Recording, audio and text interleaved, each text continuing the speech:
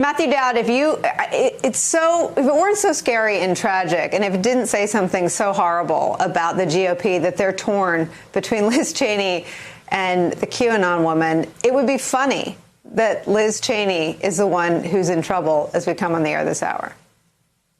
Yeah, seems all laughable when you have this coalition of, kooks, crackpots, and crazies. I mean, it's are all part of this.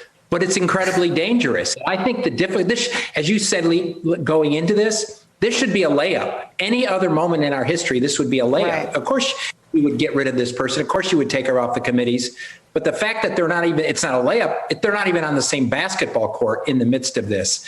And I think the problem, Marjorie Taylor Greene is a symptom of a bigger problem. And that's why it's taken them days or weeks or months to even deal with this.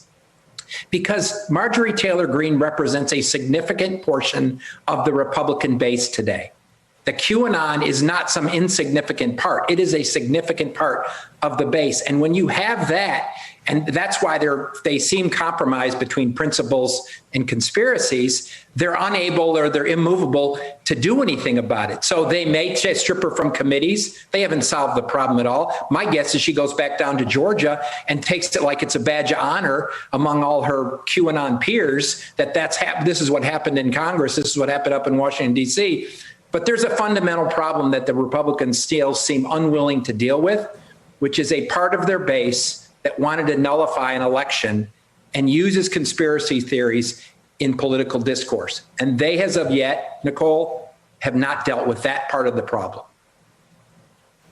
Well, I mean, Matthew, I think it's also, it's so tied into what they have ahead of them, which is an opportunity to convict Donald Trump for inciting the insurrection at the Capitol. These two things seem linked, and they're linked by the violence. I want to read you something that our friend Greg Sargent in the Washington Post writes. He says, it's often said that Republicans can't condemn Greene because she's an ally of Trump's, but what's left unexamined is the nature of this alliance. What binds them exactly?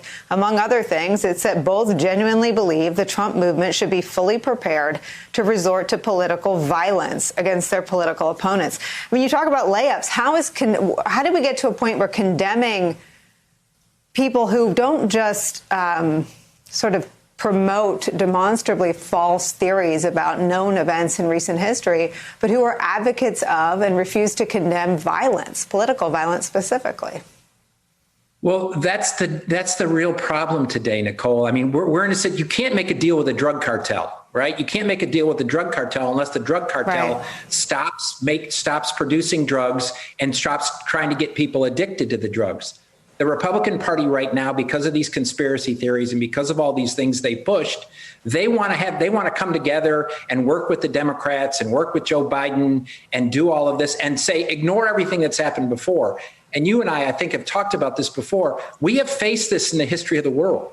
This idea that you calls to unity and calls to reconciliation before you get to truth and accountability. I'm of the mind it doesn't matter how Donald Trump gets punished. I think in the end, enough Republicans are going to vote not to punish Donald Trump. They're going to stand by Donald Trump unbelievably in the midst of this, in them trying to overturn an election and pushing an insurrection. But I think we've had this time in our history before where we didn't do that, and that is Reconstruction. Abraham Lincoln had a vision. And Abraham Lincoln was killed. And then, interestingly, in Abraham Lincoln's 1860 election, the reason why we got into a civil war was because a number of states, about a third of the country, wanted to nullify that election because they didn't like where he was headed on slavery. Because we didn't follow through on Reconstruction. We didn't follow through and demand truth, demand accountability. It took 100 years before the vision of Abraham Lincoln of all men are created equal and all women are created equal to get to the 1960s when we had the Civil Rights Act and the Voting Rights Act. And you can draw a straight line, Nicole, a straight line between our inability to deal with that at a time and ignore it and all of this idea we're going to have to unify and we're not going to get to the truth between Emmett Till, the lynchings, Jimmy Lee Jackson, the death of Medgar Evers, the death of Martin Luther King, the death of the 4 young girls in the 16th Street Baptist Church. And I will add the death of Heather Heyer in Charlottesville. That is a line, Yeah. because we never dealt with what was really fundamental, which there is a segment of our population that doesn't believe all men and all women are created equal. And therefore, they believe they can do anything to maintain what they believe is what they think is real America.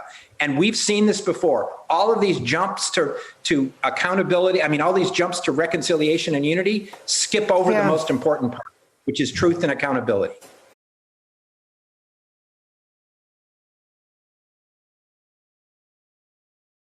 Hey, thanks for watching our YouTube channel. You should know that you can follow today's top stories and breaking news and catch up on your favorite MSNBC shows all in one place. Download the NBC News app today.